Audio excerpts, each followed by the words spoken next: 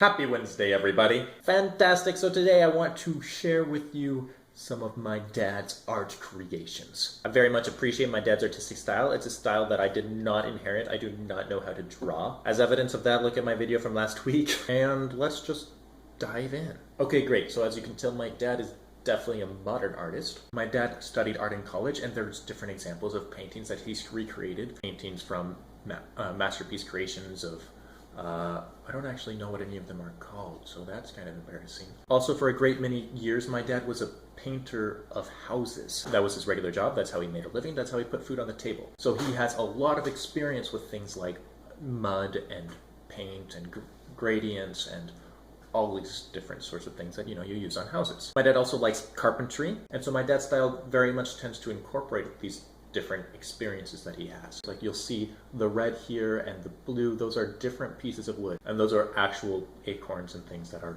glued on there. The frame you'll see, in this case, there's just a left side and a right side frame, and those are pieces of wood that he cut and burned into the shape and color that he wanted. I don't know where this painting is, but it must be somewhere, I think. This painting is called Rope, and once again, you can see how there's different layers to this painting, physically speaking. It's a little more traditional in the sense that there's one large panel that has painting on it, and then there's a frame. However, you can see those red and black gradients in the bottom left and the top right. Those are pieces of glass that are suspended over the painting. There's also a rope that he played with attached to the painting. But here we can see a lot of experimentation with color and texture.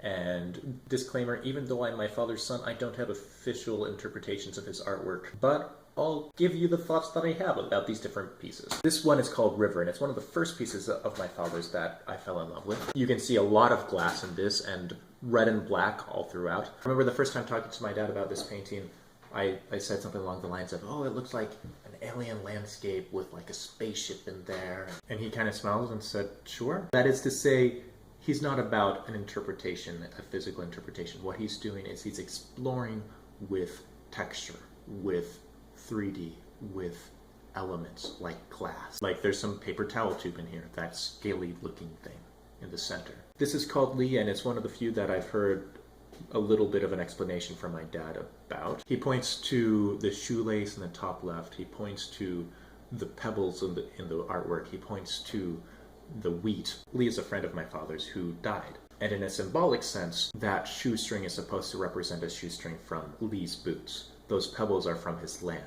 That wheat is from his land because he was an outdoorsy sort of person. This is called Sea to Sky, and my dad has a special affinity for this one. In fact, Sea to Sky is the name that my dad used to name his entire album altogether. This is a little bit more concrete of a painting. This is called Quijote, and you can see a quote from Quijote. It says, "My judgment is now clear and unfettered, and the dark cloud of ignorance has disappeared, which the continual reading of those detestable books of knight-errantry has cast over my understanding." So this harkens to the famous windmill scene in Don Quixote's story. On the right you can see a horseman and his squire preparing to joust, and on the left that's a windmill. He made those shapes with a table saw, cutting out wedges and lines by lowering a piece of wood over the table saw. This is the final work I want to share with you, and I think it's his most recent work. It's called Christ Above Us. The story behind this, I actually asked him to make this painting, and I think it's incredible. I use it, in fact, for the wallpaper of my phone. So there was a community that I like to hang out with in Washington. That was a group of college Catholic kids, and every year there's an auction that they hold in Spokane to raise funds for this community. So I asked my dad if he would want to make a painting that could be sold at the auction. He said yes, and so we made it happen. By we making it happen, I mean he did it. But this is what it was, and I think it's absolutely beautiful. So that's the story of my dad's paintings. I hope that you liked it. This is also serving as a Father's Day present because I know that I'm late, but I didn't give my dad a Father's Day present yet. So props to my dad. He's a fantastic man. I love him to bits. I hope you all enjoyed this video. It was a little bit